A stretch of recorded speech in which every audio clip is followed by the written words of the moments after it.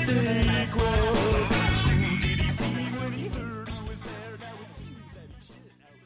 All right, everybody, welcome out to the Lager Room Guys Craft Beer Show. It is Tuesday, August the 3rd, 2022. Is it 22? August the 2nd, John. It's August the 2nd, 2022. Yes, August the 3rd is tomorrow. That's the sports show. Actually, you can rush things because I go on vacation in 10 days. This is true. Okay. It's August the 13th. 9 days. No, make it 11th. It's August the 11th. No, I'm just kidding. It's August the 2nd, 2022. Jersey Johnny coming at you. And with me, as always, it's none other than Mr. Beer Samurai. The 13th is okay. It's Carrie's birthday. That's her birthday. This is true. Right. Very good. So I got to open this up. What are you eating? Well, it's August 2nd. The reason I know it's August 2nd is because it's National Ice Cream Sandwich Day. So happy National Ice Cream Sandwich Day, everyone. And Brian had asked me, do chipwiches count? Of course they count. And I replied to him, you could put a slab of ice cream between two pieces of steak, and it's technically an ice cream sandwich, right? There you go. Well, are you eating a chipwich? No. It's from Lidl. I'm eating a Blue Bunny, actually. Oh, those are some of the best. Mm-hmm. So neither of us went for like that, the generic brand where you can't even peel that paper off of there without it sticking to the cookie. Okay. And the cookie's so soggy, there's no crunch to it whatsoever. Exactly. I love those things. They're good. It's pretty good. Gotta tell you. I was gonna a pint of Ben and Jerry Garcia. I was gonna toast 2 waffles and. You're gonna make your own ice cream sandwich, right? Yeah. Gotcha. You gotta put it between. Yes. We got a comment ready from Chuck Aaron. Love the ice cream sandwich. Yes. So do I. Thanks, Chuck. So much. Mine's gone. Appreciate it, Chuck. You started eating it when we were doing the intro. That's true. I made go toast some Eggos and. I didn't even open it until now. So. Now. I didn't even open it until we started. So we got going. So ice cream sandwiches, you have to. You do. The thing is, mine was around. If you notice, I missed the. I only have one, Chuck. Sorry. Actually, I got a pack of 4, but I have to share.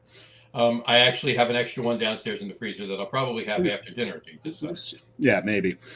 But remember the Carvel flying saucers? Oh yeah. Oh, those. The whole box.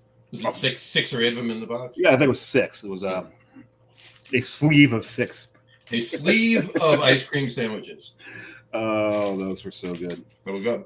Those were good. And then when they started rolling them in the chocolate crunchies. Oh, absolutely. Oh, you always got those. You didn't get the regular ones. But that's the whole thing about the Carvel ice cream cakes that made them superior to every other with those crunchies. Mm-hmm. Yeah, they got Fudgy the Whale. Fudgy the Whale. Tom Carvel sounded like he'd been smoking since he was 3. Exactly. Tom Carvel. Wednesday is Sunday at Carvel. Always was. Going Wednesday, get the tropical sundae and then put hot fudge on it. That was my favorite. Yeah. So, all right. Well, I'm going to continue eating my ice cream sandwich, but should we bring in our guests? Because I know he's chopping at the bit to talk a little bit about what we're going to talk about today. And maybe even ice cream sandwiches. And, we're talking Carvel because it's something very Jersey. This is very true.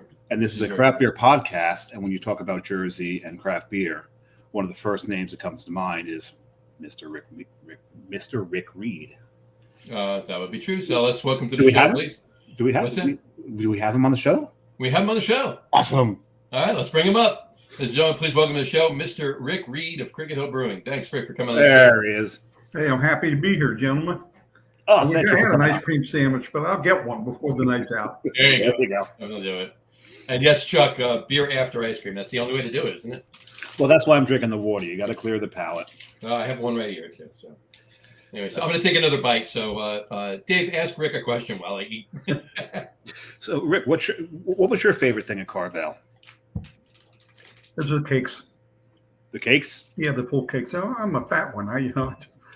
Give me those little chocolate nuggets. Remember them? Those are the crunchies we're talking about. Yeah, Top of the show, those chocolate. That's what made Carvel ice cream cakes superior to Baskin Robbins. Even though Baskin Robbins had some great flavors, I always preferred the Carvel.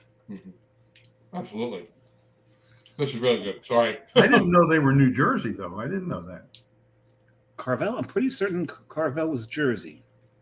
Well, New York. Could be. I'm not quite sure, but it makes sense because I don't remember too many Carvels in New York or Pennsylvania. Yeah, I only remember them being in Jersey, so I'm just assuming they're Jersey. But that is a great question. Are they? Let me see. Let me pull up Tom Carvel. See where Tom Carvel is from. It's probably from Nutley. Nutley. He was born in Syosset.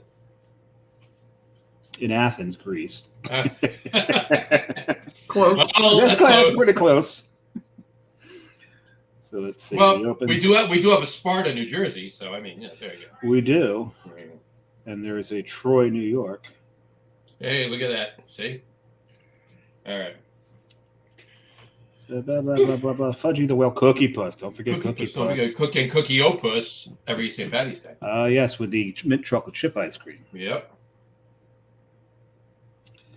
They're not saying where it started. It Why? doesn't.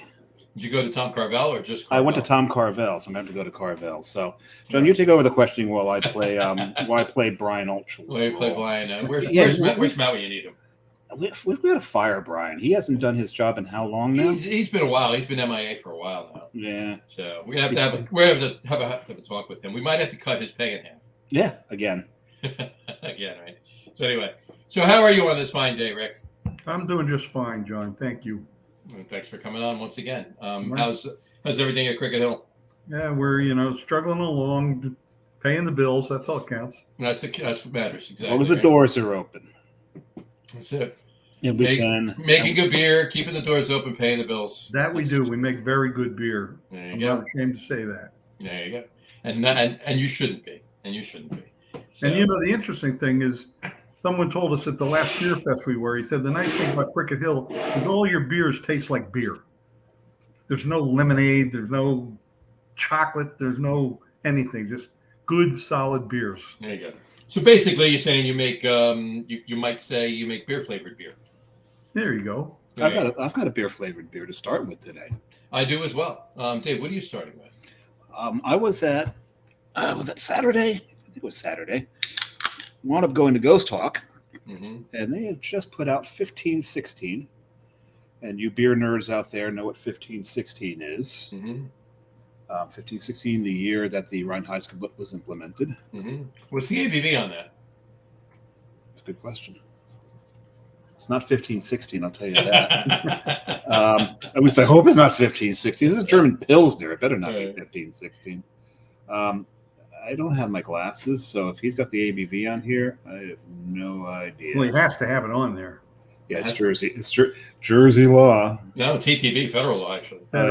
Well, not all. Not everyone does it, though. Not everyone. Oh, well, only if you. Well, here's the thing: if you're only selling the cans out of your brewery, then you don't have to submit a label to TTB. I see. But if you're selling them out in the market, then you have to conform to the federal label laws. So, and there you go. Well, I know it's on the label. I can see where it is supposed to be, but it's so small, and I don't have my readers that I can't make it out. I got you. So I'm going to cheat, and I'm going to go into Untapped, even though yours was already open. It's a 5%er.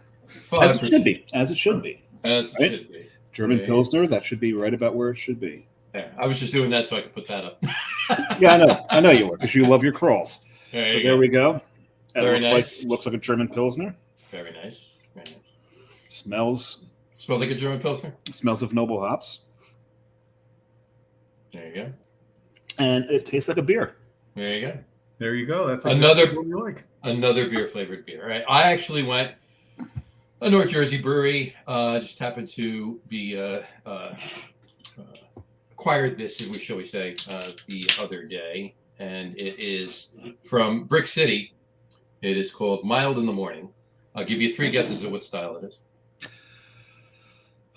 Mild in the Morning. Is it a? Well, you said it's a beer flavored beer, so it can't be a coffee stout if it's a morning thing. No. Is it a British mild? Rick got it correct. It's an English mild. There we go. There you go. And I'll throw the crawl up right there. Mild in the Morning, 4%. Only 4% English mild. A lot of English milds I had are in the 3s lately. This one, just a little bit more, but not much. So, cheers. Cheers is here. Cheers. What are you drinking, Rick? I'm drinking my go-to favorite, my firstborn. There you Cricket go. Hill East Coast Lager. East Coast Lager. Yep. 4.2, clean as a whistle, filtered. It's beautiful. Then I'm going to have my second favorite one is the American Spirit. Ah, Formerly just American Ale. Yep, and it's a wonderful pale ale, the forgotten style. Oh yeah. We got one. Yeah. Chuck just said beer flavored beer. Yes, absolutely, Chuck. Beer flavored beer. That's the I guess that's the topic of the first part of the show today is beer flavored beer. So that's what we're drinking. So apparently. So My second one will not be it's a beer flavored beer if you consider IPA beer flavored beer, and we know what is it Thursday, I believe, is in IPA Thursday is IPA day. Yes, Thursday's IPA day. My second beer is actually going to be a doppelbock. So That's good. I'm going Damn bigger, good. so. Open all your windows and let the cold air in. Exactly. Oh yeah. Open all my vents a little bit bigger and let the cold air in. The first Carvel store was in Hartsdale, New York. Hartsdale, New York. So indeed, it was not. So. Well, there goes that myth. Beer Samurai's myth debunked. So there you go. Oh well. All right. We all have our beer. We're all started. So let's get the show on the road. Rick, again, thanks for coming on. We really wanted your take on, and we've been talking about it obviously for a few weeks now. Here and there, we talked about it with Al Catullo. We talked about it with Tara Nurin last week. So we'd really like, your take as, somebody that's been, in an owner of a brewery and dealing with the state and its laws for over 20 years now. So we'd like your take on it. So the floor is yours. Well, I'll start out with just this. Mhm. I said, if you look back in the beginning, 2001, when we made a first beer, you weren't allowed to do anything.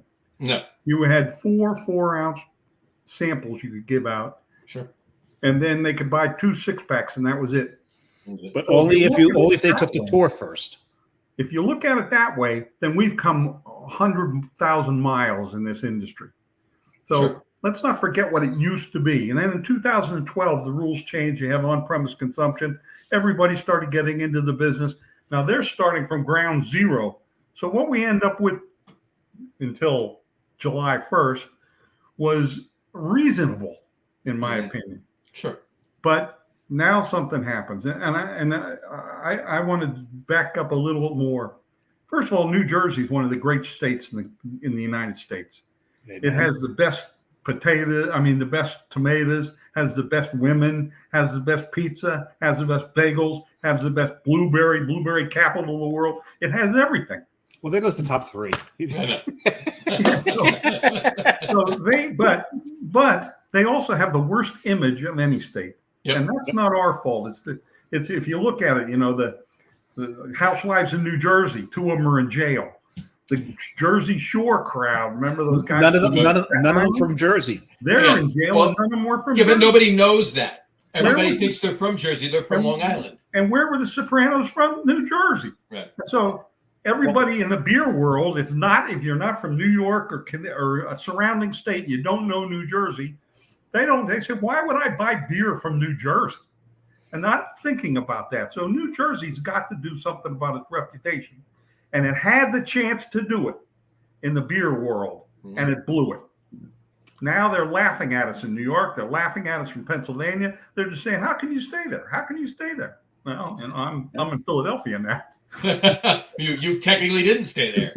Brewery's still there, but you're not. So. Yeah, that's it. So I'm discouraged and angry with New Jersey and what they did and why they did it. I understand, but as long as there's common sense, and that's what's lacking right now. Common sense. Exactly. This last little, special project started July 1st, and it's clearly all written by the Restaurant Association. Of course. Every single thing. 100%. And then they say they're trying to be even, and they're taking into account there's 6,000 bars and restaurants, and at the time there's 140 now, I think, New Jersey breweries. Right. So they had a chance to try and fix things, and they didn't do it. The couple of things that really strike me is, I mean, the whole thing strikes me as odd, right? And there has to be some common ground. There has to be people with level heads need to sit down together at a table and hash it out and put something together that everybody's happy with. Everybody's happy, right? So, and you got to get the level heads on both sides. But you know where I'm going with that. But in any event, the few things that are just glowingly ridiculous to me is the craft breweries are a threat to the businesses of the restaurant association. Okay, there's 6,000 restaurants.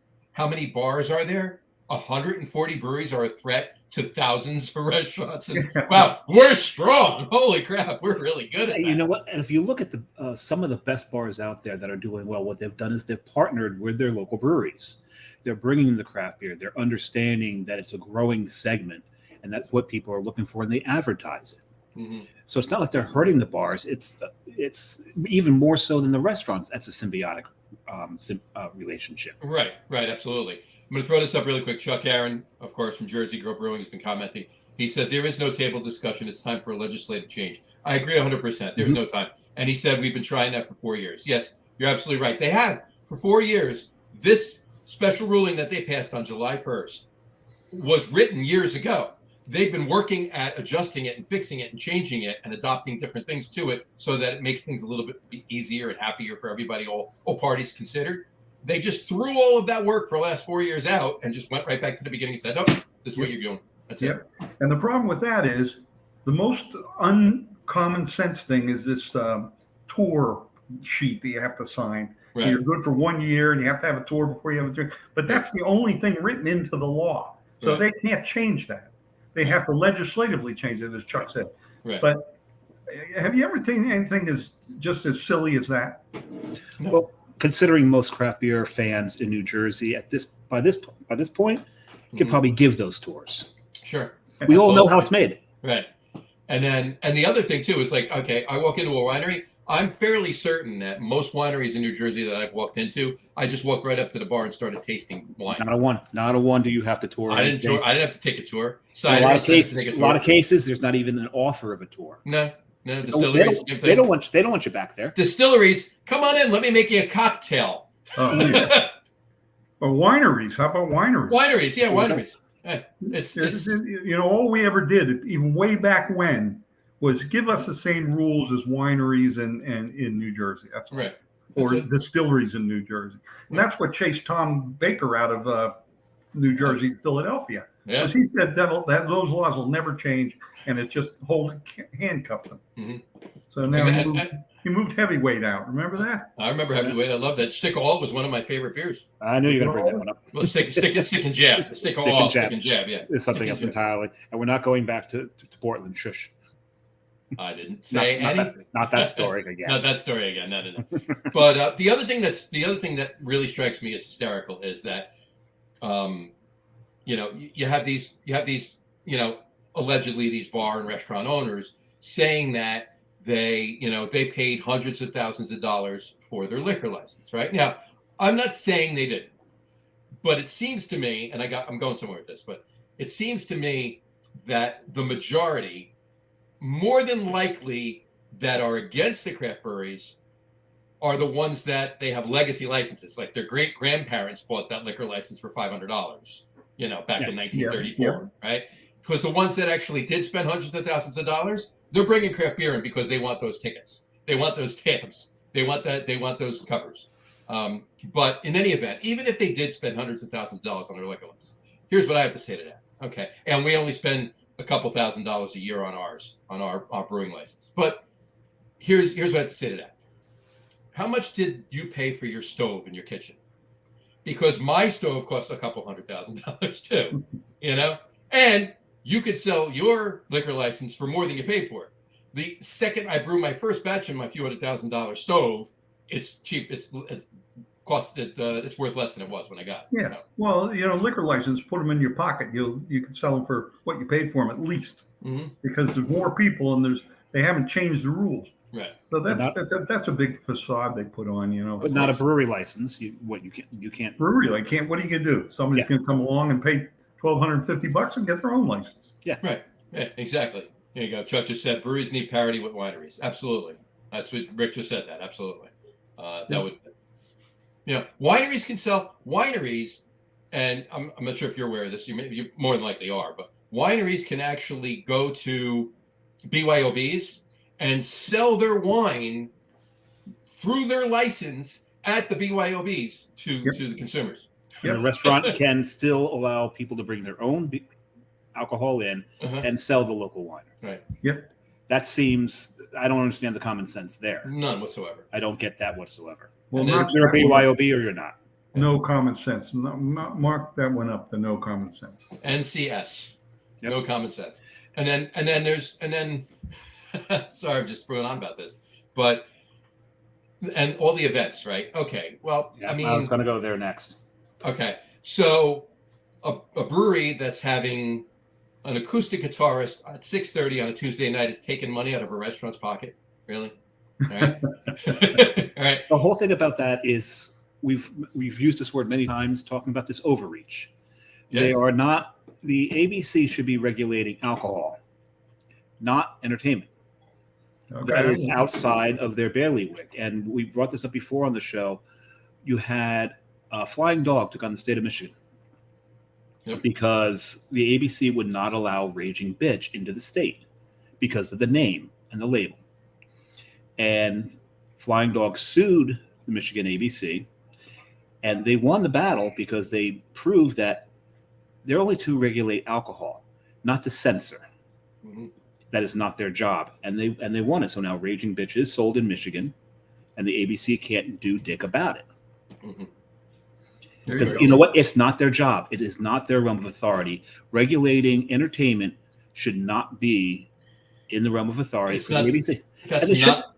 No, They it shouldn't shouldn't. be they should be regulating coffee. For Christ's sake, No. you can't serve coffee at a friggin' brewery. But remember what the battle is. It's it's the little breweries versus the restaurants. And Yeah. so if you have enough parties going on inside the brewery, the restaurants, think they're losing out, and we know they're not. Right. I'll give you a case in point. I was up at Gear Block. I forget what town they're in. They're up by Hohokus. Waldwick. Waldwick. Yeah, they're in Waldwick. That's right. They're in Waldwick. And I was talking to Ron there. Mhm. And we were talking about the same thing we're talking about right now. And he said, he goes, not for nothing. The restaurants here in this strip mall love us because this was a dead mall until we came in, and people are coming in because there's a brewery here and they're eating at the restaurants. Their businesses have never seen so many customers Sure. since we moved in. There you go. So they're not stealing business away from restaurants. They're actually enhancing. Helping it. Absolutely. That's Absolutely. it. But the restaurants are still saying, listen, we don't want them to have music because if they have music, people won't come to the bar.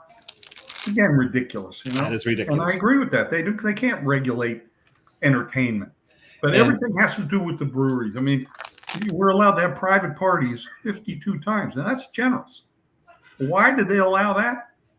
Well, because if you're going to have a party at a place that doesn't have beer and you're having a private party and it doesn't serve food, you're going to go to the restaurant. So the restaurants love that idea. Sure. Yeah. Of course.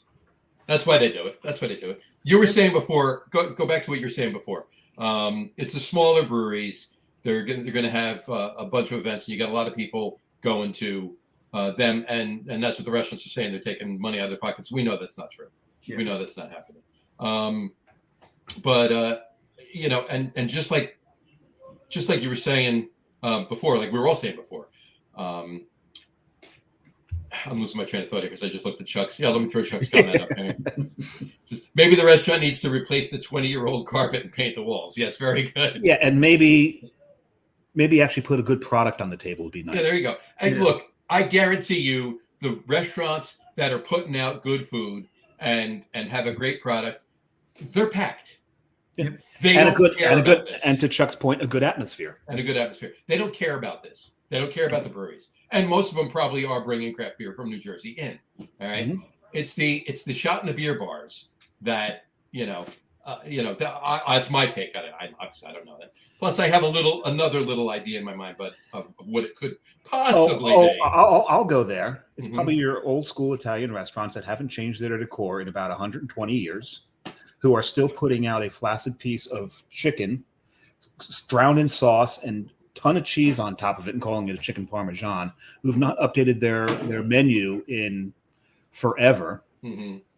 Because their great grandparents, friends and clientele, that's what they liked. Right.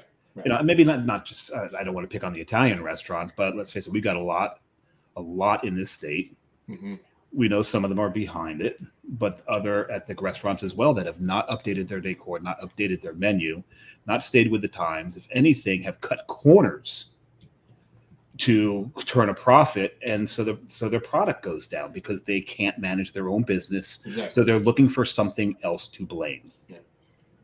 So, yeah. So why not pick on the biggest growing business sector in the state? Right. Prior to this, craft beer was the fastest growing business sector. Right. And it was. And we were in New Jersey was the second fastest growing craft beer market in the country per capita behind Kentucky. Kentucky was the fastest growing per capita. And that's only because their per capita is so much lower than ours. Well, that's true. Right. And not to pick on Kentucky because they just saw a major disaster and there's still 100 people missing. Absolutely. So, What? Oh, I missed that. yeah, massive flood. Massive flood. Oh, yes, I saw that. And they've got more storms coming. So, anyway, They have bourbon. They'll be all right. This is very true. Yes. True. So Rick, what do you see? Like, what do you see happening? Do you think the legislature is going to get involved? Because it has to. That's the only way this is going to change. They have to. they have to. They have to. They can't not. We've already seen legislators come out and speak against this. We've seen legislators show up at breweries in support of the breweries to speak against it. So something is going to happen. Right. I agree. Yeah. But do you think, Rick, they're going to, there's so many politicians now that have come out of the woodwork behind us, especially local and county level, but a lot of state level as well. So, this can't fall on deaf ears, right? This can't just fall by the wayside. Something has to be done. There has to be some talk going on that's obviously we don't know about just yet in Trenton. Well, are they back from vacation? They're always on vacation. You know that. The official vacation. Are they when they are? Yeah. No, you're absolutely right. There's enough feedback from the general public that's saying, and they think the idea is kind of silly with it, Yeah. especially with the sign in and take a tour and have a beer. Right. If that went away, everything else is palatable, in my opinion. Right. Although they're still regulating entertainment and what they call entertainment and the things at home and things in the brewery. Too general. It's way too general. And I've heard this. I didn't actually read this part of the new the thing. I read through most of it, but I didn't catch on. I heard like second and third hand about this particular item. It's TVs. You can have TVs, but you can only have two. You can't have 3 or 4 or 5 TVs. You have like 2. Because that makes sense. No bigger than 65 inches. No bigger than 65 inches. And if you happen, that's 2 in your tap room. If you happen to have a TV outside your tap room in your outdoor space, if you have one, and you turn it on, you have to turn one of the TVs in the tap room off. About the sign-in book. Funny story. When I was at Gear Block, Ron told me, he goes, apparently Jimmy Hoffa has visited the brewery. There you go. I forgot to do it. I was going to sign the book as Kaiser Sose. There you go. But I would have just signed a Jim Cook or Sam Pelagione. Come on. Just everyone. Here we go. Anybody who's listening to this, when you go to a brewery and you've got to sign the tour book, sign it, Phil Murphy.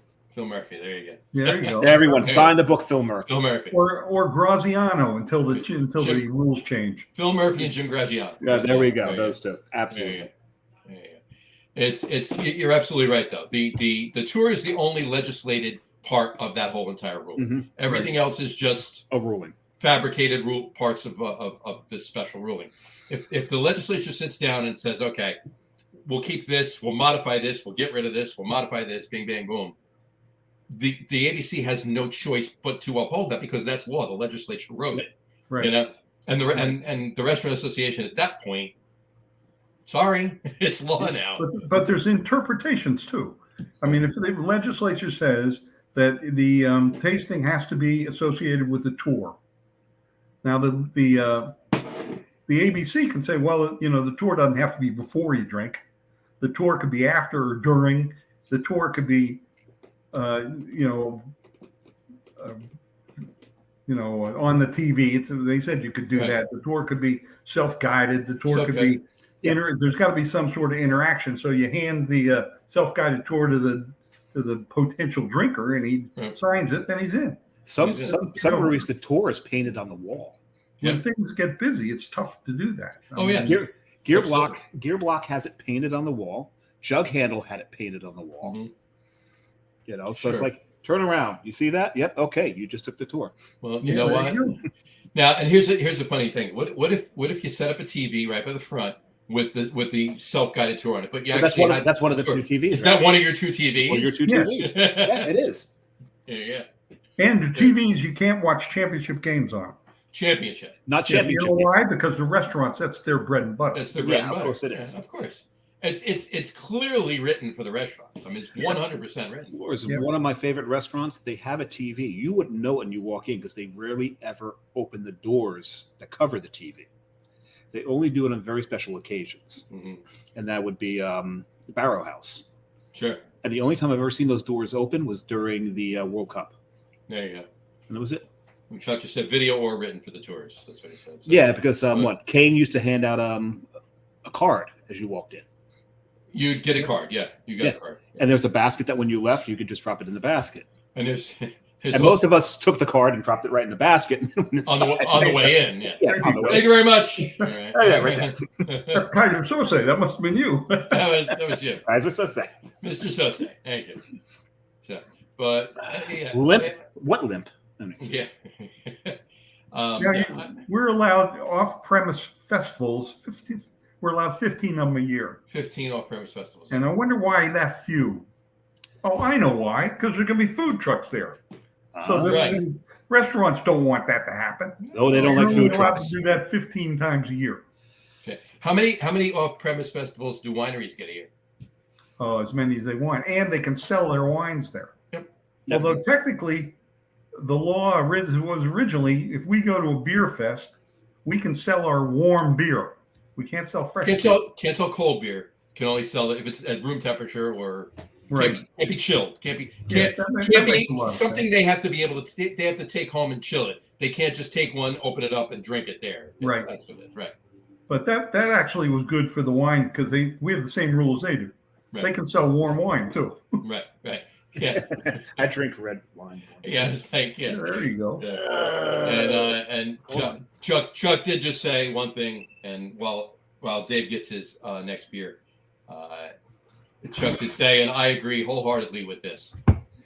Rick is the master of the brewery tour. That is one of the greatest tours I've ever been on. Mm-hmm. Those are years ago, my friend. Years ago. Oh yeah, absolutely. So, I was just praying that you had blood pressure medication. Mm-hmm. Those Friday night tours were the best. Special. They were special. Special. Absolutely. We said it the last time. If you could survive the potholes in the parking lot, you had the time of your life. I do remember once, and it only happened once. Probably 12 or 13 years ago at this point, probably somewhere in there. I get a phone call on Friday night. I'm at the brewery, and Rick isn't going to not getting to the brewery, so he's not going to be able to do the tour at 7:00 or the. So no one can drink. Oh no! Somebody did it. You had to do it. I didn't stomp on the diamond plating as well as he did, and I certainly didn't speak as well as he did. But and my speech did not hold a candle to his, nor did it go on as long as his. Did you get the vein popping out the side of your head? No. I tried, but And then I actually, it might have been a little less. Maybe it was about 9 years ago, 10 years ago. Anyway, when maybe it was 10, 11 years ago. And I just texted him afterwards. I said, thanks. Hey, I heard you were good. Well, I heard that too, but definitely didn't hold a candle to you. So. No, I can't Oh, imagine. well, that's nice of you to say so, but that's bullshit. But in any event, all right. Well, look, I really hope that things. I personally don't think that it's going to continue down this road. Something has to give. Somebody's going to say something. And mind you, on that note, I guess it's every week or every 2 weeks, News 12 New Jersey does a Ask the Governor, like on a Friday, I think it is, or whatever, and they do it live online and on TV, and you can actually write in questions on Facebook, tweet questions, or call into the show and ask your question. Oh, we need to flood that. Okay. And I sat and I watched the whole entire hour. There was not one question at all. This was last week. Not one question at all about the ruling, which tells me that anybody that called in about it or wrote a tweet or a Facebook post, it was deleted immediately. Yep. It was screened and deleted immediately. Thank you, News 12. Appreciate it. So I'm sure that wasn't News 12. I'm sure that was Murphy saying, Yeah, I'm not answering any of these questions today. Hey, and you know what? And I've done my bit and I've shared it, but Al Catulo put out there, Phil Murphy, come on my radio show. Let's talk about this. We shared it. We shared it on the Facebook page. Yep. So it's out there. Anybody, if you find the Al Catulo craft beer radio show, Craft Beer Cast. That's a craft beer cast. It's a radio show on 970 AM The Answer, but it's called the Al Catulo Craft Beer Cast. Yes. Yes. But I think we both had the pleasure of being on there. Yep. So it's but yeah, I would love to see I'd love to see Phil Murphy talk to Al Catulo, answer the questions, because I know Al will be fair, measured, and well spoken about it. Oh, absolutely. So and I hope he does go on there. I really do. I have my doubts that it will happen, but no. Yeah. And then the other thing I was going to say is the one other thing I was going to say, and I was going to bring this up before, and I want Rick's opinion on it. You can no longer give discounts to military and first responders, or for that matter, anybody. Anybody. So no happy hours, no buybacks, nothing. Nothing. They want a beer, they pay for a beer. They want 2 beers, they pay for 2 beers. They want 12 beers, they pay for 12 beers. Whatever it is, full price, end of story, done. Now, I have no problem with the no buybacks, but we can go into that later. But here's my question. No buybacks, no discounts of any kind for anybody. Wasn't it about 14 months ago that a governor by the name of it was P, it began with a P, but it sounded like an F. Phil Murphy or something like that. Yeah, that was it. Requested that breweries give out a free beer to anybody that got vaccinated that month. Yeah, as long as it meets their agenda, that's fine, right? And they didn't get reimbursed for those beers. Nope. I don't remember that. Yeah. So, what do you think of that? It's a typical politics. Yeah, right. No? It's like one of the bottom line definitions of hypocrisy. It's ridiculous. Yeah. Well, we're used to that. It is Jersey. This is very true. You just trained your first, John. What are you going to as your follow up? My follow up, like I said, is going to be. Let me pull this out right here. Another. I'll throw up the crawl here. Another Jersey beer I got. Hand Machines. It's a Doppelbock lager, and we were speaking of the TTV before. It's a Doppelbock style lager. Right. It's not a Doppelbock because it's not made in Germany. You can't say Doppelbock. You have to say Doppelbock style lager. So, but anyway, it's a Doppelbock. 6.8%. A little low for a Doppelbock, but yeah, but I don't mind that. I don't know. So from Old Heights in Heightstown. I love Old Heights. I got me a Crowler while I was at the Gear Block. You did. Yep. And they have a West Coast Red, which is a red IPA. Comes in at 6.2%. If you remember Hophead Red from Bear Republic. Yeah, I love Hophead Red. Okay, imagine that, but In fact, not as bitter. In fact, I dated her in college. That's a West Coast beer, right? Yeah. Yes. Bear Republic, reference to there was a portion of California that tried to break away and become the Bear Republic. No, that's a good idea. Yeah, right. California, Northern California, Southern California. Northern California, where they're a lot saner. Yeah.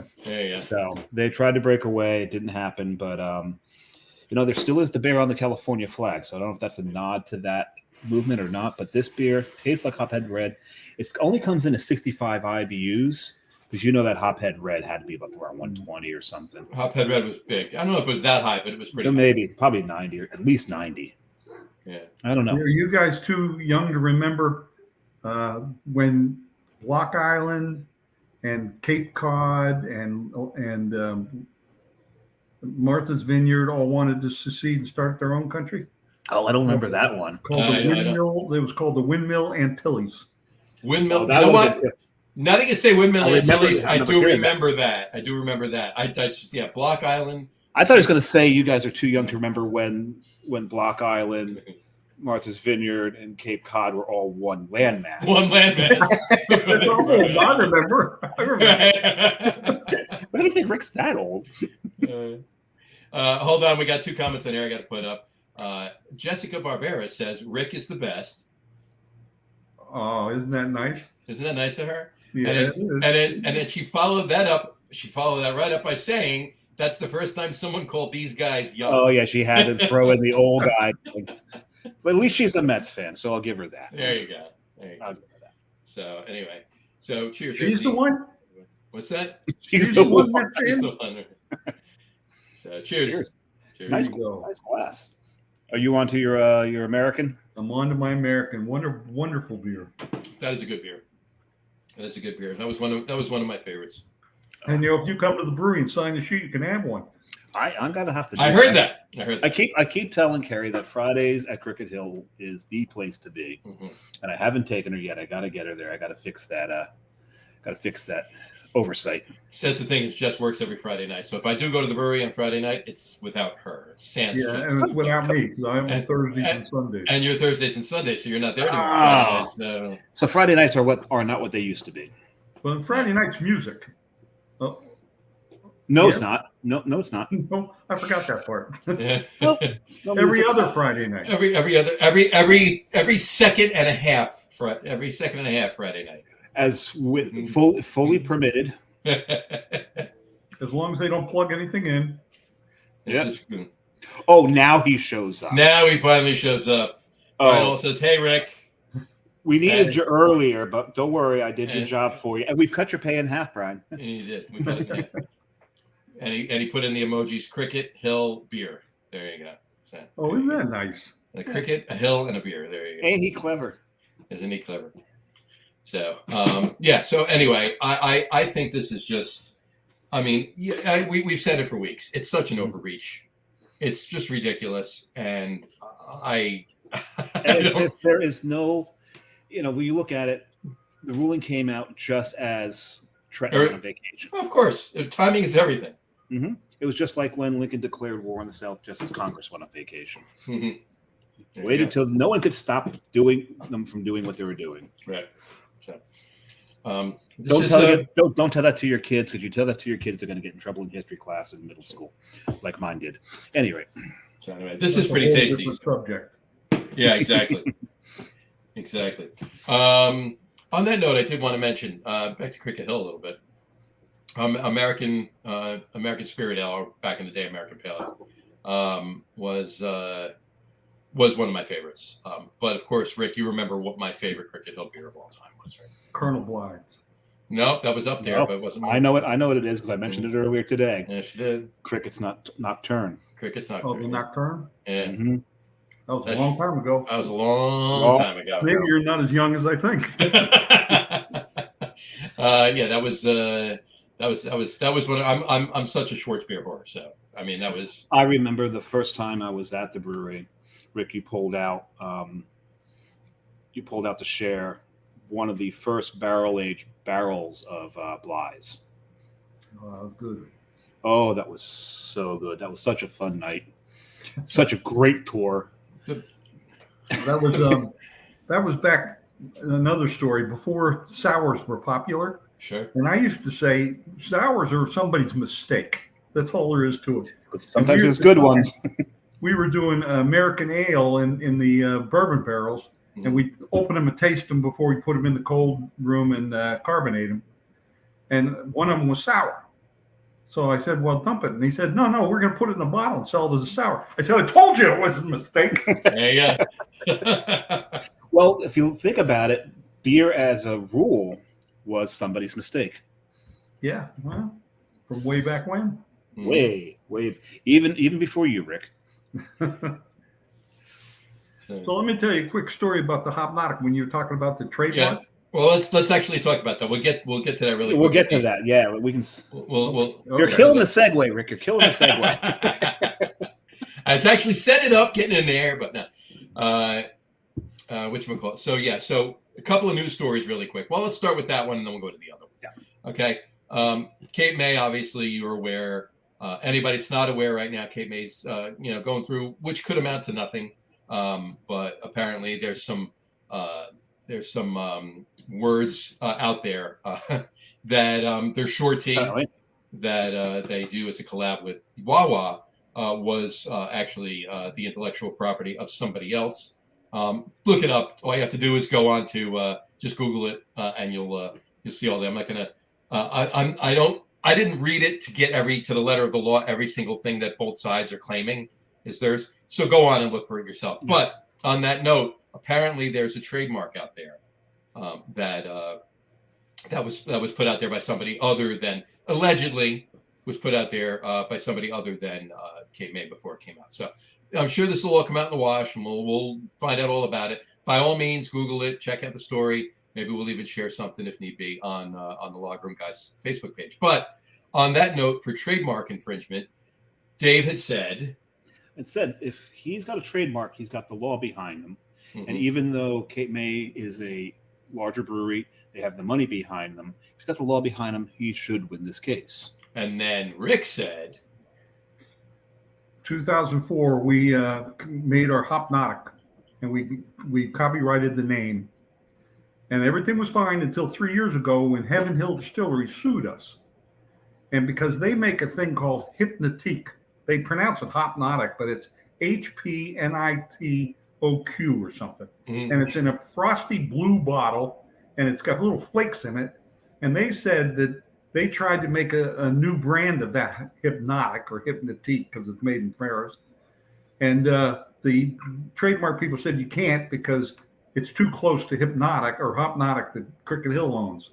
So they said that we never should have been given that copyright in the first place because they had copyrighted Hypnotique 2 years before us.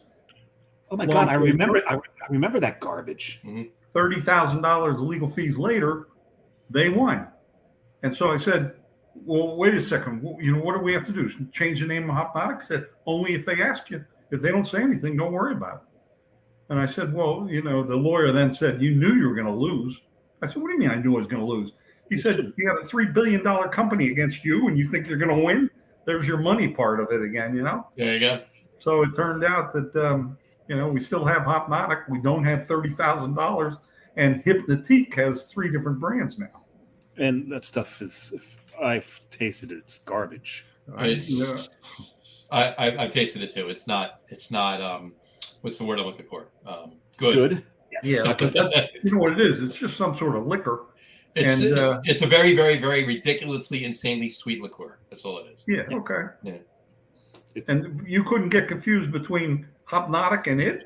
Not so much. They said if you're in a crowded bar, somebody asks for a Hopnotic, you might get the wrong thing. You underestimate the stupidity of this country, right? Because there's so many bars that'll have crossover for pouring Cricket Hill Hopnotic and Hypnotique. They're whatchamacallit? They it's silly. And if you can't figure out the difference, if you're that drunk you can't figure out the difference between the two, go home. You shouldn't be drinking at that point. So. What's the point of having a trademark? If it can be overturned by someone with money. Okay, well, that's just it. But then again, that is the money. law. Is the law of the country. The law of the country. I told him, I said, listen, at the end, I said, if you had paid $1 less than you paid your lawyers, I would have given you the name. Yeah. But anyway, that's history under the bridge. What are you gonna do? What are you gonna do? So, Brian just said he's got to go watch DeGrom. So it's scoreless right now. It's scoreless right now. So I think it would be DeGrom season premiere. Yeah, and I Mets didn't do much today. Thought they were going to, but whatever. Is what it is. There's a lot of rumors, but there was a lot of rumors and nothing came to pass. They got a reliever from the Cubs. They traded J.D. Davis. This was what I said before on Facebook. They traded J.D. Davis, a starting pitcher who is more or less a bullpen piece, but he could be a starting pitcher, and 2 prospects for a 7 years older J.D. Davis. Who's got a much better on-base percentage, though? Not much. A little bit. A little better. Not much. But anyway, back to beer. So that was that. The other couple of stories are, and we'll get Rick's take on it too. Maui Brewing bought Modern Times. Oh, I love what you said when he said that, Rick. Remember what you said? He's like, I didn't realize Maui was that big. Yeah. I didn't either. I didn't realize Maui was that big. I didn't realize they I mean, obviously, if they have that big a brewery in Hawaii with the real estate costs in Hawaii, I guess they have money. Well, you know what? It's a good thing to see that there's going to be money put behind Modern Times, and they're going to survive. Because you got to remember, Modern Times is Thor's favorite beer. True. If you watch the, I guess it was Endgame, or the first one, Infinity War, and they go and they find Fat Thor playing video games. He's drinking Modern Times beer. Yep. Yeah, I did see that. And we were in Hawaii. What was the brewery out of Hawaii? Kona. What was it called? Kona. That was it. So we went to the Kona Brewery, and guess the head brewer was from New Jersey. Really? You're going to find New Jerseyans everywhere. Of course. My favorite thing about that scene with Thor is he asks, you could tell that he's a craft beer nerd. Because to get him to get on the ship, they tell him, we've got beer on the ship. And what does he ask? What kind? What kind? Oh, yeah. Good. Right? That's a craft beer nerd question right there.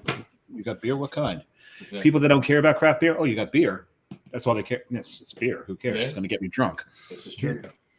So, all right. I think. Oh, the other thing was stouts. The brand stouts. STOUDT. John had me so confused when he told me this because he told me that Evil Genius was going to start brewing stouts. I'm like, Evil Genius is going to start brewing the brand. when did they stouts stop again. brewing stouts? I thought they brewed stouts. STOUDT apostrophe S. Stouts Brewery.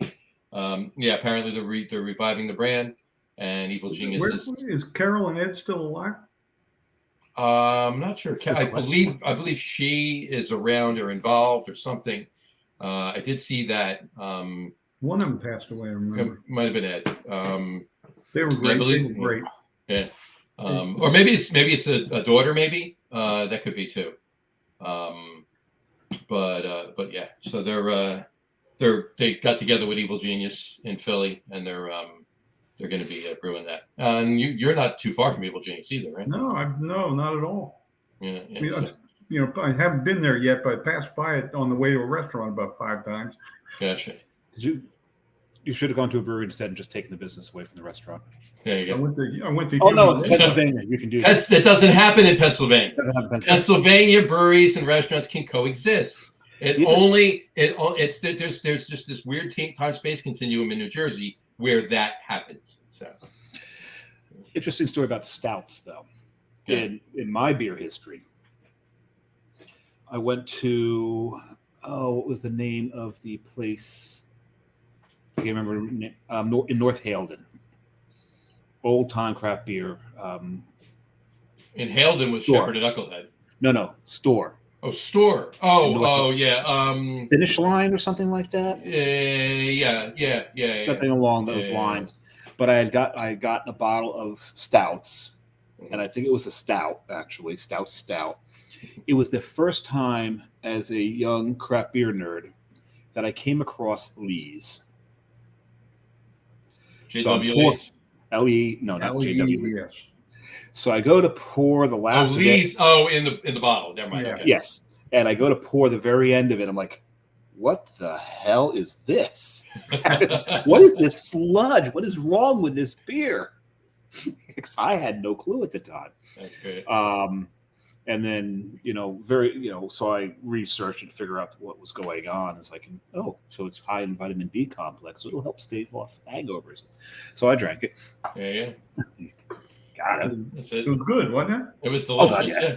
Oh, Stout was one of the first stouts other than Guinness that I had ever had. I think the first one I ever had was Guinness. The second one was Mackeson's. God, I love Mackeson's. And then Stouts. There you go. Is that what you're drinking now? No, it's a red IPA. That's the red IPA, It looks black from here. yeah. Yeah, if it's back here, it really looks pretty damn dark. But So somebody, I mentioned to somebody yesterday that you were going to be on the show tonight, and he says I might just have to pull out a Paymaster Porter to have on the show. Have while I'm watching the show. I said, you still have a Paymaster Porter? he said no. Well, he said it tongue in cheek. He actually has a 22 ounce of the bourbon barrel aged porter. I'd like to taste that one. There you go. That's good. We'll have to, if we can get him out of his house, we can nab him and drag him down. Which is true too. You know what? The only way to get him there, have an NJCB event there, and he'll show up. Yeah, or as long as it's after the summer. If it's from Memorial Day to Labor Day, it has to be an NJCB event. Then. Mm-hmm. All right, we'll call Mike and we'll get it worked out. We'll call Kivo and we'll get it going. Yeah. Well, by the way, you know what we have to do is if we have one of those things, I don't know who came up with this. We have to file it with the state of New Jersey in their posse system. So now everything we register with New Jersey is called the posse. Aren't those the bad guys that are out to try and get the good guys trying to get the bad guys? Yes, yeah. So the posse wasn't always a bad name in itself. Posse wasn't always good guys. Yeah, I can go somewhere with that. But of course. You're gonna change a vowel? Maybe, but let's not go there. Let's not go there. The E, I'm gonna make it an A. Pasa. That's what it was. Yeah, Pasa. Oh, okay. Yeah, all right. That's that wasn't what I was thinking, but okay. Well, it might not have been what I was going, but I just went there anyway. So anyway, it's ridiculous. And what you got to, it's 10 days notice, right, for that posse system, right? You have to put those events in. You have to have a minimum of 10 days notice. Something like that. Yeah, and here's the thing, though. It's the way it's worded to me. It's basically as long as you fill it out, you're good. But they can actually decline you. They can actually say, no, you can't have that event. Sorry. But as we know, it takes New Jersey government probably about a year and a half to do anything. So, but you've already had the event by the time they decline it. True. There you go. And the events are just, it's ridiculous. I mean, we know it's ridiculous. It's ridiculous. It's all stupidity. I still don't get the coffee thing. I don't either. Well, somebody approached us one time if we could load coffee into kegs because they were going to have an iced coffee dispensing machine in their clients. So we looked into it, and the problem was then the FDA gets involved. This health inspectors get involved because they consider that food, and we know that no bacteria that can hurt a human can survive the brewing process. It can ruin the taste of the beer, but it can't hurt you. Right. So wherever you go and you're worried about the water, just have a beer. You'll be fine. That's why in Mexico you only drink the beer. That's it. Mm-hmm. But are you going to carbonate coffee?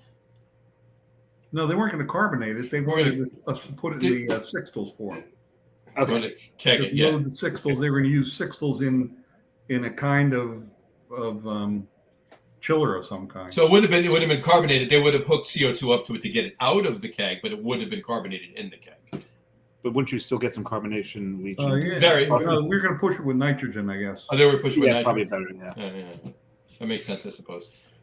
They actually have a couple of. I've actually seen it. They actually have compressed air kegerators too, for anything that's not. I've seen a couple coffee kegerators actually, and they actually use compressed air. Well, that would work too. It Yeah, might not taste absolutely. good after a while. Yeah, I know, right? Yeah, I remember years and years ago when we wanted to get into a brewery in Boonton. I mean, not a brewery, a restaurant in Boonton, the Reservoir Tavern. Mm-hmm. Yeah. And I went in and gave the East Coast lager. And when I got back to the brewery, he had already called and said, "This beer is wonderful. This beer is wonderful." About 2 weeks later, my wife went in and they didn't have it on tap. So I went back and he said, "I took you off tap because if I have enough taps, I can win a trip to Ireland from the distributor." Mm-hmm. So there we go. Yep. And turned out that he used air to push the beer. And I said, "Well, I'm not putting my beer in there then." Yeah. And I offered to buy him CO2 tanks, and he said no. Mm. But see, now that's the thing, though. Here's another thing to bring up, right? Mm-hmm. You hear stories like that all the time. If I have enough taps of this brand, I win a trip to Ireland. If I have enough taps of this, I get these many kegs free. Blah blah blah blah blah. Go to bars. You walk in, they have a patio. Do they have plain umbrellas? No, they have Heineken, they have Guinness, they have Corona, they have Bud. What about the neons in the window? The neons in the windows, the placards on the sign. I mean, yeah, some craft breweries will give up tin tackers and everything, but the neons in the window, all of the bev naps on the bar, the runners, the runners, the collared shirts that have the bar's logo here, but right here. Yeah. So, it says Coors Light. But all of that, while illegal, is okay. It's all right. Don't forget about if you do so many kegs, you get a kickback. Wait, isn't that giving a discount on the beer? That's pay to play. Right. It's also pay to play. And the thing is, and I want Rick's take on this because I brought this up. I remember I brought it when we were talking to Al, talking to Tara. Mm-hmm. Is if you think about it, the biggest threat to big beer has been the craft beer movement. Mm-hmm. And I know full well this is just Jersey, so maybe this isn't the case. But when you look at these restaurants who are trying to shut down the growth of craft beer, what do they carry? They carry big beer. Mm-hmm. How much of big beer's money was behind the legislation? Mm-hmm. I'm sure a lot of it. Can I ask you both a question? No. What's the biggest brewery in New Jersey? That'd be Anheuser-Busch. You can see it as you fly into AWR. They got that beautiful eagle that sometimes flaps its wings. Sometimes it doesn't work. My favorite thing is I've got a friend who used to work at that brewery. Mm-hmm. I do too. His last name is Kraft. I have a friend that used to work at that brewery. His last name is Kraft too. So yes, we know the same guy. We met him in the same place, as a matter of fact. We have a guy in Colorado. We have a guy that comes into the brewery and he worked there for 43 years, and his son works there now as in the brewing department.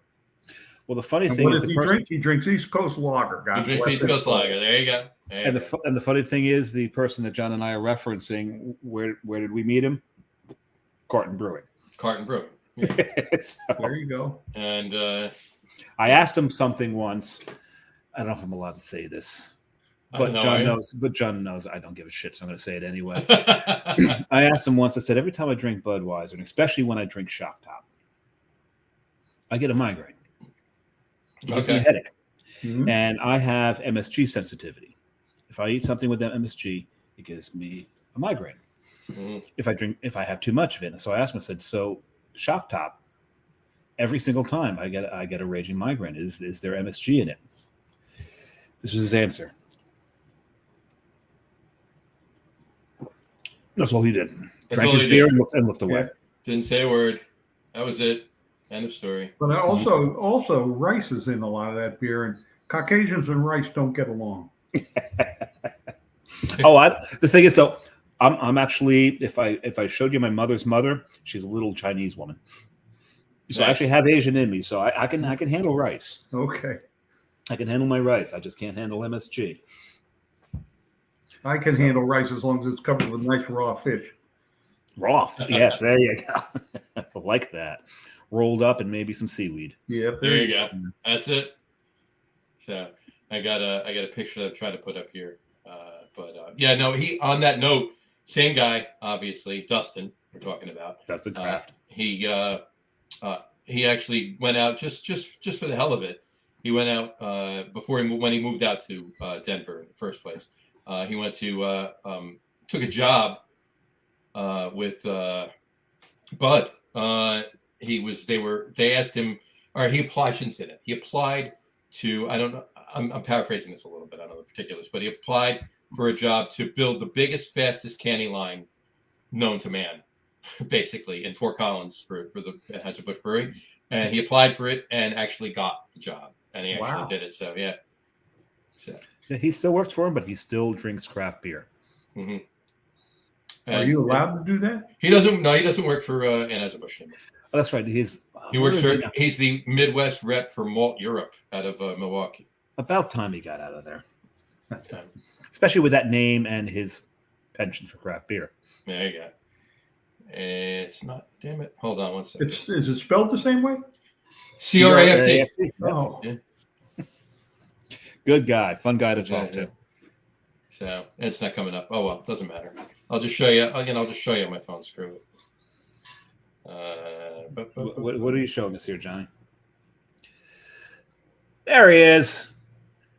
that's him? That's Dustin in the middle. It's me and Matt on either side. Yeah. Yep. Oh, yeah, okay. You saw him at the CBC? Is that CBC? Yeah. We spent a little time tipping a couple with the man. Oh, That's nice. But it was good. So yeah, I know beer drinkers are the finest people on absolutely. the planet. Absolutely. I remember back when we used to look for beer shows to go to because there weren't any.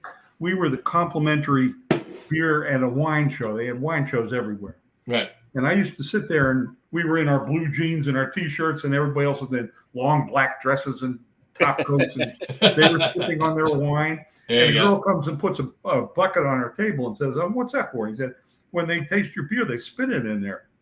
I said, they put my beer into there. They need an ambulance. They don't need a bucket. And then I'd pass by and the guy'd say, listen, when you're done hanging with the wine freaks, come over and have a beer. He said, I'll be back. That's funny. There's so many nights I forget drinking with Dustin. Oh yeah. Those were good nights. They were. So on that note, I used to tell the story how you'd be in these wine shows and you'd say to the girl, listen, here's what I'm telling you. You're pretty. I said, here in comes a guy, he's looking for a date, something. He sees you with a wine and says, you're probably a bitch.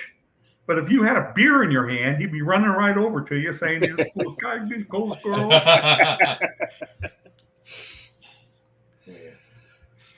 Oh. Here, I just found a picture. Here's a better view of it. Here you go. Oh, you got there you go. Yeah, okay. There you go. Oh, he's grown that beard out nicely. There you go. Yeah. So, that was in Denver? That was in Minneapolis. That was at CBC this year. Oh, okay. And that's the guy you met at Augie's place. Yep. Yeah. Matt and him were actually that's one. He's known him longer than you and I have. Yeah. He was in homebrewers clubs with him and everything. Oh, then yes. Yeah. So, but yeah, good guy, real good guy. Anyway, yeah, and he works for Malt Europe now. He's the Midwest New Jersey rep, or Midwest New Jersey, Midwest New Jersey. Okay, we just finally got a rule in the Central Jersey. Still dealing with North and South. He's the Midwest New Jersey. Midwest New Jersey. That would be Jackson. That's where I live. Right. No, that would be Burlington, I think, maybe. That's too west, too far west. Burlington. That's too far west. You're probably right. It's probably Jackson. Yeah. It's probably Jackson. Yeah, we're still arguing if Central Jersey exists or not.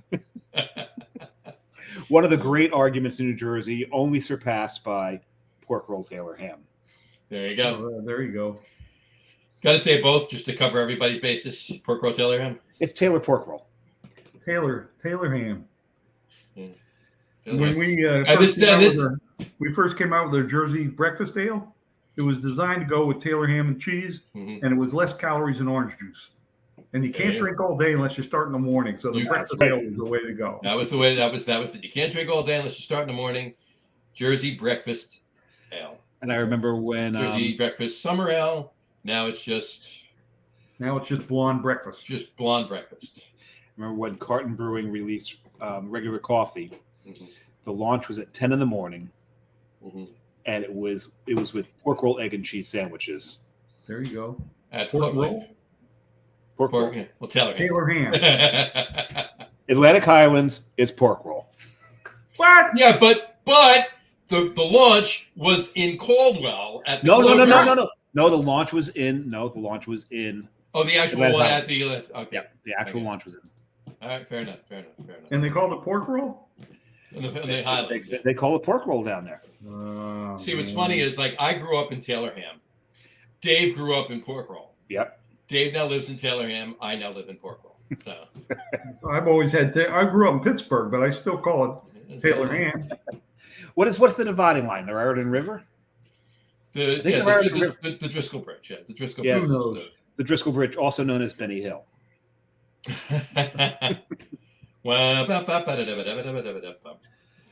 Remember are you guys young enough to remember coming up the Parkway and seeing that drive-in theater that caused? Oh, all the yeah. traffic? I've been to that drive-in Yeah. theater. Absolutely. Me too.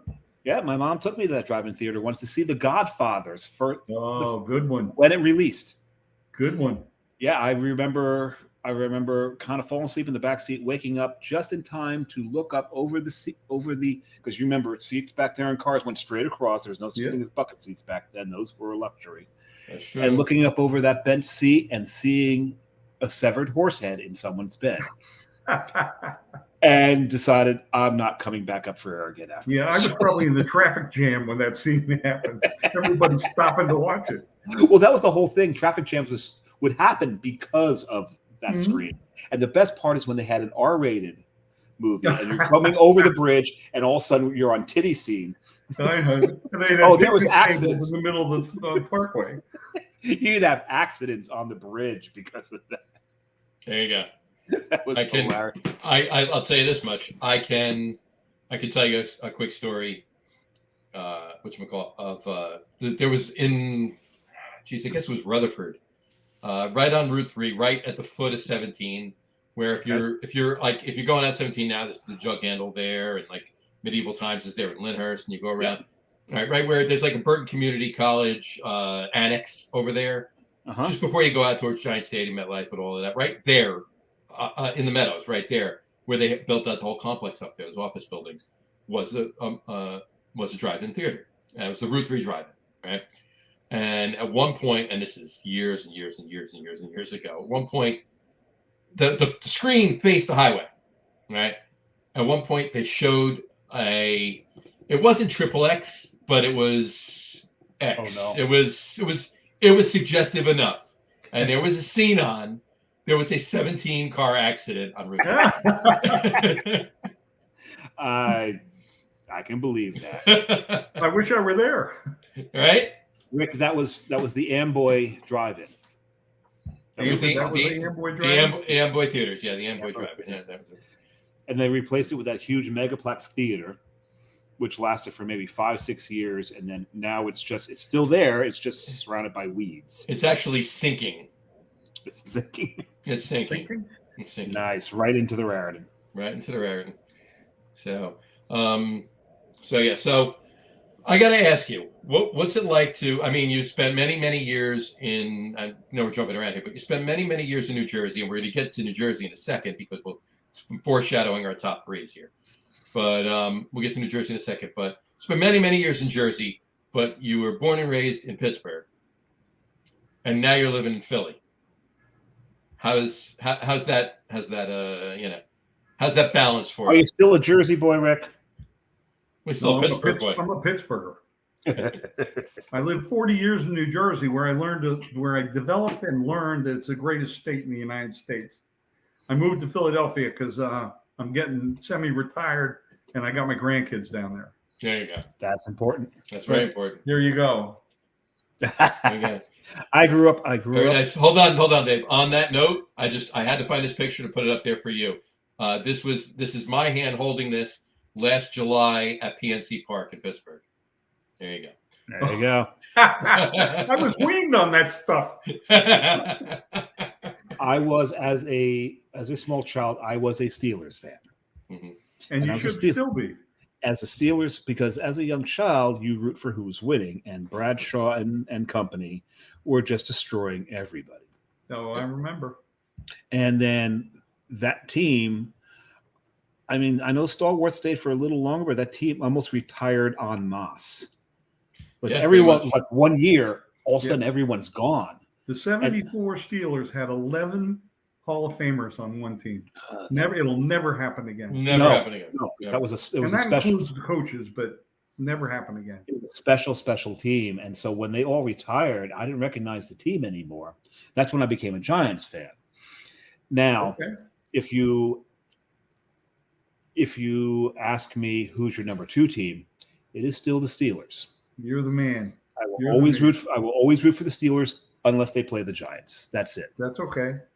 But the Steelers will always have a special place in my heart. When I was a kid, my grandparents would give me the Macy's catalog in November. What do you want for Christmas?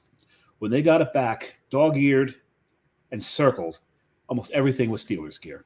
Good for There you. you go. I had a Steelers beanbag.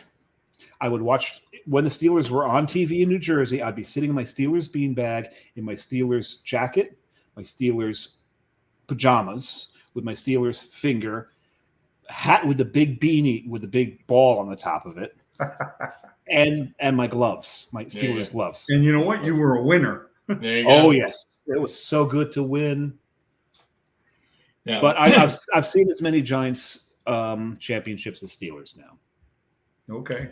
Oh no, that's not true. Steelers I'll have see- Steelers I'll have see 6. They haven't Yeah. made them. You've seen them. Steelers have 6. That's Giants right. Steelers are tied for 4. first with 6. Right. And they're tied with, of course, the system quarterback and the system. Yes, and you know coach. what? And that's why I rooted. That's why I started rooting for the Patriots so ardent against the Patriots so ardently. Good for Because I you. never Yeah. wanted them to reach Yeah. where Good for the you. And of Steelers course, apex. Dallas and San Francisco are tied for second place with 5 Super Bowls each, and the Giants and Green Bay are tied for third with 4 Super Bowls each. And are the Dallas tied for most Super Bowl losses? No, That would be the Buffalo. Vikings at 4 and No. Buffalo at 4, right? no. Denver has 5. Denver has Washington. 5. Really? Mm-hmm. Denver has 5. Denver lost in 78 to the Cowboys.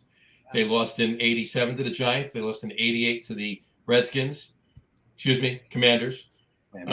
They lost in 90 to the 49ers, and they lost in 2014 to the Seahawks. That was 5. I am so impressed with you. I can't stand it. You watch this show tomorrow, and it'll start to become tedious. There you go. Still impressive, but tedious.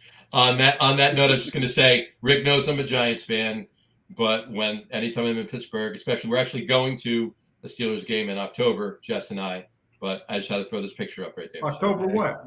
October 3rd, 2nd. Oh, Sunday, October 2nd. So there Too you bad go. it's not the 16th. That's my. You can't see the number. That's my James Harrison jersey, by the way. We can't see Rick now, John. Sorry. It's just you guys Yeah. catching. It's just you guys catching flies as usual. We pick a game every year, and the whole family goes out to it. Mm-hmm. So this year we rented an ex-nunnery or something. It has 20 bedrooms. Wow. Nunnery. And that would 12 of us were supposed to go, but we're losing them by like flies because they can't do it. They have a wedding to go to. So if you were there for the Tampa Bay game on the 16th, you could stay have your own rooms. Could have stayed there. Damn. The only problem is Jess walks into a nunnery, the walls will start to bleed. Uh-huh. No. They'll I start love it. Be careful. I love that girl. They may start to whine a little bit, but when you walk into a nunnery, they start to bleed. No, that's just churches. But in any event, so we're actually going out the 1st through the 4th. The second we're gonna spend in breweries all day and everything else. Second, we're going to Steelers, and we picked that one because Jess is a Jets fan, so the Steelers are playing the Jets that day. Oh, so she gets to watch her team lose. Awesome. Right. And then we're going to Monday night. We're going to PNC Park because the Pirates are playing the Cardinals, and it's one of Albert Pujols' last games. So, And I was big also a Pirates fan at one point. I was too until Clemente got killed. Oh. Mm-hmm. I loved Stargell. Loved Kent Colby was one of my favorite players. Kent Colby. Rubber Band Man. We actually did on the sports podcast. We're doing on the sports podcast tomorrow night. Our top, ironically, our top starting lineup of all time for the Pittsburgh Pirates. There you go. So if you tune into the sports podcast tomorrow night to get on with the sports podcast, you'll see the. You can mix the match, or is it all 1 year? No, mix and match. Oh, all right. From all time, it's our top starting lineup. We did the top to bottom starting lineup, and we did four starting pitchers and one relief pitcher. We're doing 4 starting pitchers. Well, we already know what it is. We did the list. All right. Well, I know who's the right fielder. Yeah. There was a. Gee, I wonder. There was a seat in Three Rivers Stadium that was colored differently because of that man. That's where he hit his home run. That was that longest home run ever hit in Three Rivers. He was, man, when he got a hold of one, he got a hold of one. Oh, This new stadium, if he had been in this new stadium, those people out in the boats. There. Oh, look at that! Look at that. That is Roberto. Is that for your show? Yeah, I'm wearing it tomorrow night on the show. Yeah, His wife's upstairs right now. I got a lot of memories with him. But anyway. All right. Well, anyway, so you grew up in Pittsburgh. You're in Philly now, but in the middle, you spent 40 years in the great state of New Jersey. So obviously, there's a lot of things that you love about this state. Yes. Segue. That was smooth as fuck, John. I thought so. That was good. I worked on it before. All right. So in the mirror with a hairbrush, anyway, so records off the clearly show. I knew. And my very favorite has to be the Jersey girls that are very special. I've been married to 3 of them, so I know that. No, you would know. Love them. You would know. So anyway, so tonight's top 3 list is top 3 things we love about the great state of New Jersey. We've bitched for the last hour and 22 minutes about a lot of things we dislike about the state of New Jersey. So we bitched about the NJABC, and John and I talked about some of the corruption in the state and other things, the restaurants. And John and I decided for today that we needed to end on an upbeat. But we've been pretty damn upbeat up until this point, so I guess it wasn't all that necessary. But it's still nice to be upbeat about this great state of New Jersey. There you go. And so that's why we agreed on the top 3 things we love about. Exactly. And once again, just so Rick knows, longtime watchers or whatever, they know this or whatever, we do top 3 for 2 reasons. One, when we first started the podcast 2 years ago, before we had guests, it was just Dave and I. So we paying homage to 1933. 33, there's 2 3s in it. We each did a top 3 list. So 33 there. And top 3s, we did top 10. It would take way too long. So. Because we never stick to 3 anyway. So tonight's again. So that's when it was 10. We'd be like 15 each. Right, exactly. So tonight's. Are we allowed to have the same ones? Yeah, we can have the same ones. Yeah. But you're going to go first, so it doesn't matter. You're not going to have the same ones as us. We wind up having the same ones as you, if that's the case. So. Yeah, and John and I usually touch base beforehand so we don't duplicate. We didn't do it this time. Because we know there's a few things we'd argued over. Exactly. So. Once again, top 3 things we love about New Jersey. Rick, please take it away. What are your top 3 things? All right. Obviously, the first one is Jersey girls.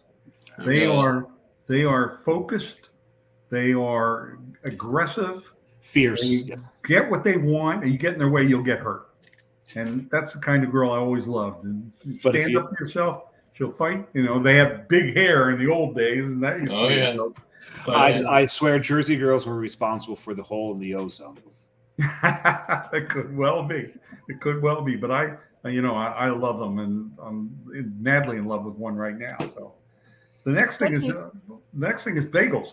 In Pittsburgh, I didn't even know what a bagel was. You come to New Jersey and they're spectacular. I moved to Philadelphia and I'm saying, what are these? These aren't bagels. These aren't bagels. So I'll tell you one thing. Bagels and with the lox and the cream cheese, and I love that. I love Rick, that. They make them with malt and they're delicious. Oh yeah, absolutely. Rick, I lived in Rhode Island for a little bit, and the things they call bagels there, it is a dense roll with a hole in it. That's exactly it. Exactly. But it's not a bagel. But that's still not a bagel because they're missing some aspects of that bagel, and that is that crust. Yep. And that the dead center of that bagel should seem like it probably need to be cooked a little longer. Yeah, Probably absolutely. has to be formulated, the dough. Yeah, It's just, you know, all about the New water. Jersey bagels are great. So Yeah. that'll be my number 2. Mhm. And next, personally, because we moved to Philadelphia and every Friday we have pizza and we keep ordering it from different places to be brought in, we finally found a decent one. But in New Jersey, if you order pizzas, you get them great. They're great wherever they come from. Pretty much, yeah. It's hard to get the only way you can get a bad pizza in New Jersey. Did you say the only way you get a bad piece in New Jersey? Pizza. No, that was we're on to pizzas now. Oh, Yeah, we're back to Rick's number 3 here. No, a bad pizza in New Jersey is, and I've said this before, if you look at the menu and they're also serving empanadas, it's probably not the best pizza you're going to get in Jersey. Okay. If of the soft drinks, Fanta's being served, you're probably not getting the best pizza in New Jersey. All right. Just saying, you can take that for what it's worth. All right, fair enough. Although I do have to say there are, and I couldn't name them right now, but I can tell you that over the years, and probably not so much right now, but in the past, I've been in pizzerias that actually had pretty decent pizza, and there was like Fanta Orange or something like that on the guns. It's just a Fanta Orange, but they've got the whole lineup. Right. Mm. Maybe not so much. Okay. All right. So Rick's his number 3 is 3, 2, 1 would be pizza, bagels, Jersey Girls, right? Jersey Girls are number 1, right? Yep. By far. Okay. All right, Samurai. What are your top 3? I'm not going to argue with Rick whatsoever. I've moved out of the state twice. Both times, they sucked me back in. You return willingly. Don't lie to anybody. Willingly and screamingly. And, like Rick, yes, to quote Springsteen, I'm in love with a Jersey girl, and that's one of the main reasons I did come back. I moved to, as many of our watchers know, I lived in Rhode Island for a while. As a matter of fact, when this podcast started, I was living in Rhode Island. Mm-hmm. So your point about pizza is well taken, because finding a good pizza in Rhode Island is pretty impossible. What they refer to as pizza there is no flavor to the mutts. You can't run into a Rhode Islander that will say the word mutts. Well, maybe they say Maz. No, it's mozzarella. I'm sorry, it's mozzarella. It's mozzarella. Mozzarella. There's no R's when they speak. Mozzarella. There's no oregano in the sauce. And I've had pizza in Rhode Island where the crust is pretty much cardboard. They get pretty much every aspect of the pizza wrong. I've come to a couple places. One calls themselves Brooklyn style pizza. That was probably as close as you could get. Antonio's by the Slice wasn't entirely awful, but when you talk about Jersey, you have to talk. Pizza has to always be part of that conversation. The state has won best pizza in the country as pizza capital of the country many, many years. Yep. It's either New Jersey or it's New York, or they give the historical nod to Connecticut because that's where Frank's is. Yeah, and that's where it started. They started pizza in this country. Mm-hmm. New Jersey just happened to perfect it. There you go. So I've got to go with that. Yeah. The other thing that I learned from being in Rhode Island, and as much as I avoid it during the summer, is New Jersey beaches. If you grew up in New Jersey, you take the beaches for granted. You do not understand how beautiful these beaches are, how wonderful they are. Rhode Island will boast about their breweries, but there's rotting sea vegetation. There are rocks that you've got to walk across to get to this thin strip of sand that they call a beach. Our beaches are absolutely beautiful. I've been to very few places where I can say the beaches are better. But John knows I don't go to the beach during the summer because I can't stand the traffic. It's just, and also the fact that everyone from New York City and Philadelphia are swarming those beaches. Mm-hmm. And that's what's creating all the traffic. There you go. So I'm up to 3 already, right? But I do have to echo the bagels thing. Mm-hmm. I knew someone from Ohio. He had married someone from New Jersey, and they kept raving about the bagels, and he just kept looking at it going, babe, it's just bread. Mm-hmm. And she managed to actually drag him out of the state because people from Ohio tend to not travel a lot that I'm aware of. But this guy didn't. He had bowling, bricklaying, and fishing, where there's like only 3 activities. Finally got him out of the state, came to New Jersey, had a bagel. Didn't really say much about it, but the next time his wife came to New Jersey, he goes, "Hey, babe, when you come back, can you bring some of those bagels?" Mm-hmm. And so that says everything, right? Yeah, exactly. Yeah, Exactly. So and Rick, you mentioned it earlier, man. Tomatoes. How many are you gonna do? You just gonna take all of mine because you wanted to do 6? Well, the thing is, but the reason I have to bring up I'm 5. I'm going to stop at 5, and the reason I got to bring up tomatoes is because I went to Rutgers, and a lot of the research into some of the great varieties of tomatoes that come out of the state were done on Cook College at Rutgers University. The beefsteak tomato was developed at Rutgers. They have done so much research. They're the reason that the tomatoes in this state are better than any other state in the union. I didn't know that, though. I've learned. Oh, yeah. Thank Rutgers. Thank Rutgers for it. There you go. So, All right. I could probably list about another 9 I'm sure you could, but can I list a few, please? Is that No, right? yeah, okay, you go ahead. Yeah. I'll stop. All right. Well, first of all, it was my number 3. It's now an honorable mention because you took it.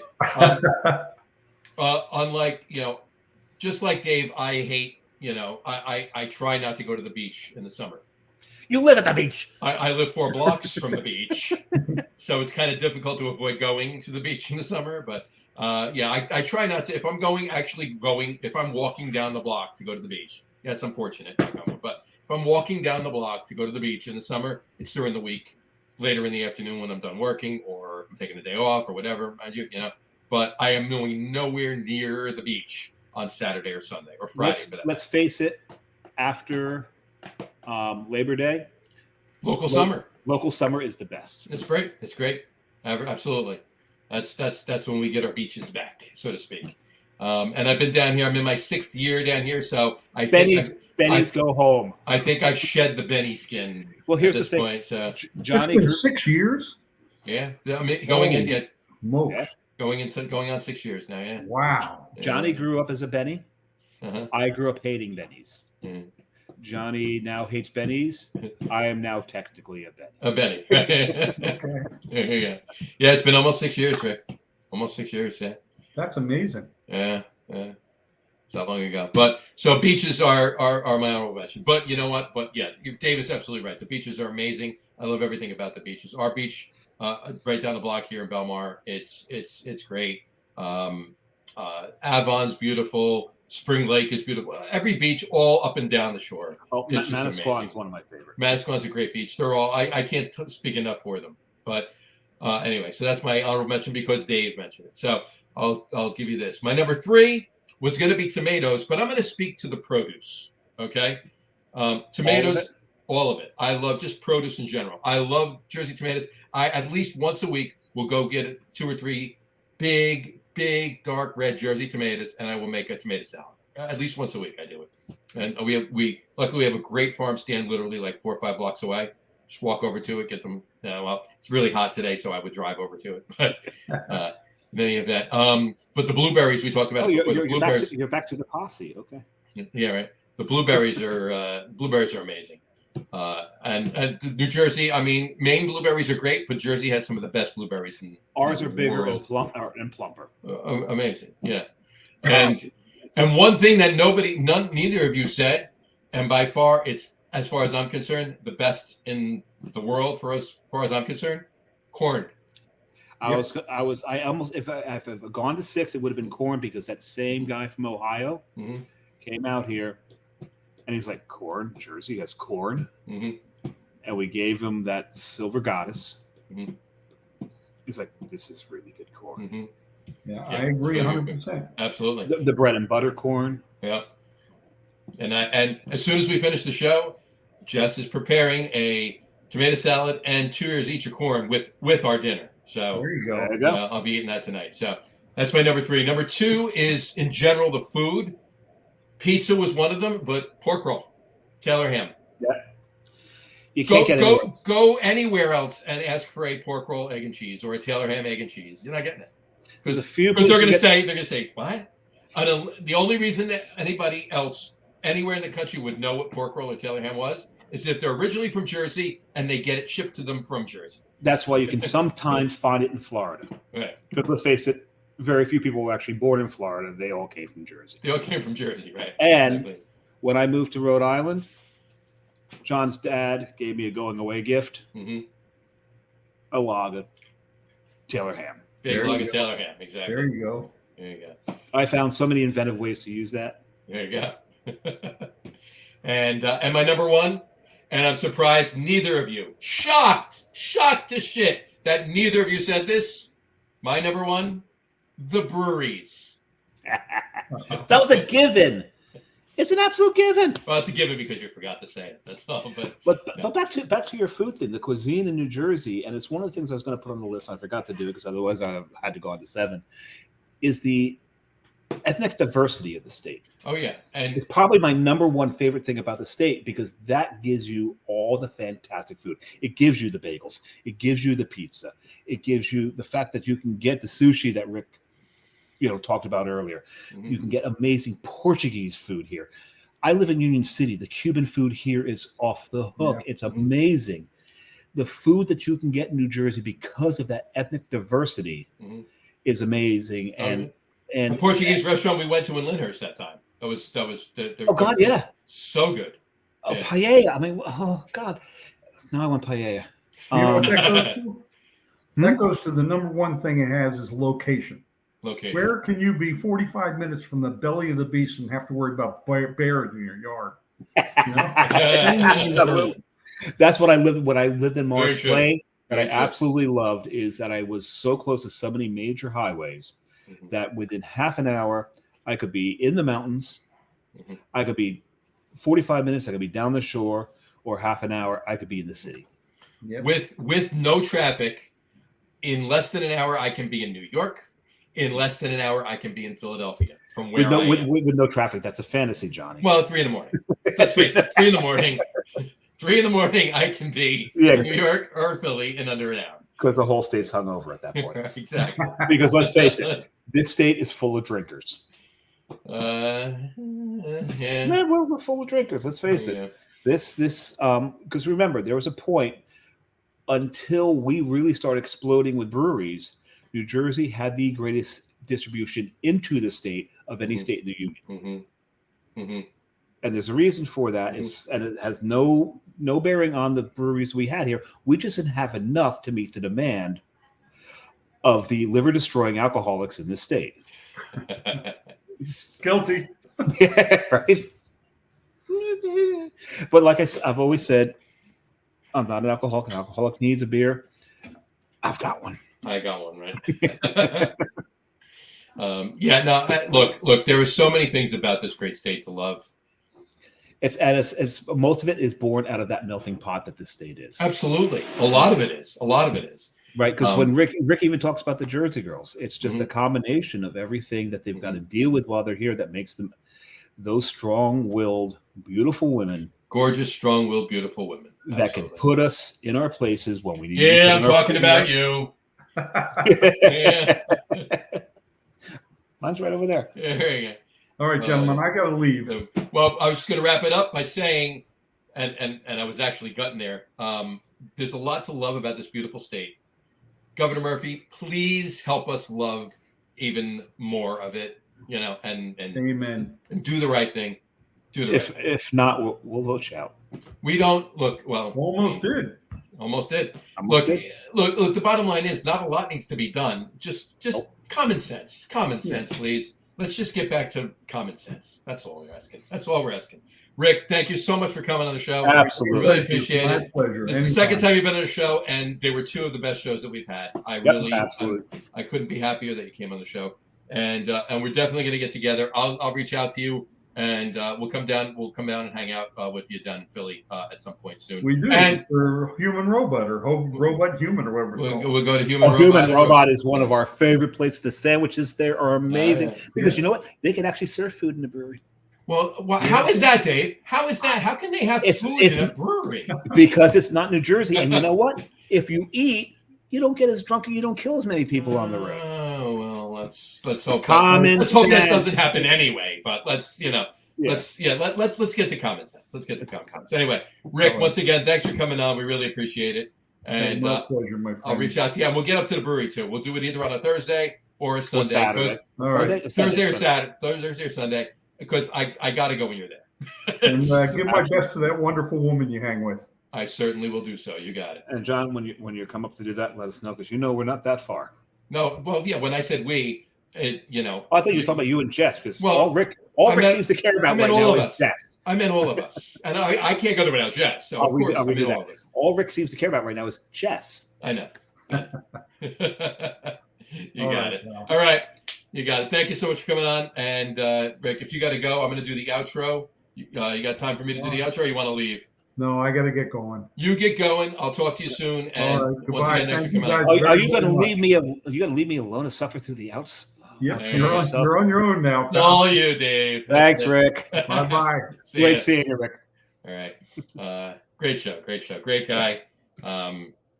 Just the stories that could go in. I've known him for 18 years now, 18 years, somewhere in there. I was working there a long time ago. So, he's a great guy. Some of the stories I could tell you, I'm not going to tell on this podcast. So. No, by the way, I could. Don't get me wrong. I could. I'm just not. By the way, Washington's up 1-0. Yeah, well, that seems about right. It is a DeGrom start. Nothing much changes. Yep. I mean, he could go away for a year. The offense is still going to suck when he pitches. Doesn't matter. Works that way. So. Every time. Anyway, let's not get too deep into the poo emojis. Let's do the outro and go from there. You can go eat your Jersey corn, your Jersey tomatoes, and watch the rest of DeGrom's. And I can go take a leak. And you can go take a leak. So on that note, we'll wrap the show for today. on that information, we'll wrap the show for today. We want to thank everybody for watching, and those of you just listening to the audio podcast, thanks for listening. Don't forget to visit our website, www.lagerroom.com. That's LAGERROOM.com. And please remember, like us and follow us on all of our social media, Facebook, Twitter, Instagram, and our YouTube channel. All of them are at The Lager Room. Remember, we go live with the video podcast on both Facebook and YouTube every Tuesday night around 6:30 p.m. Eastern Time.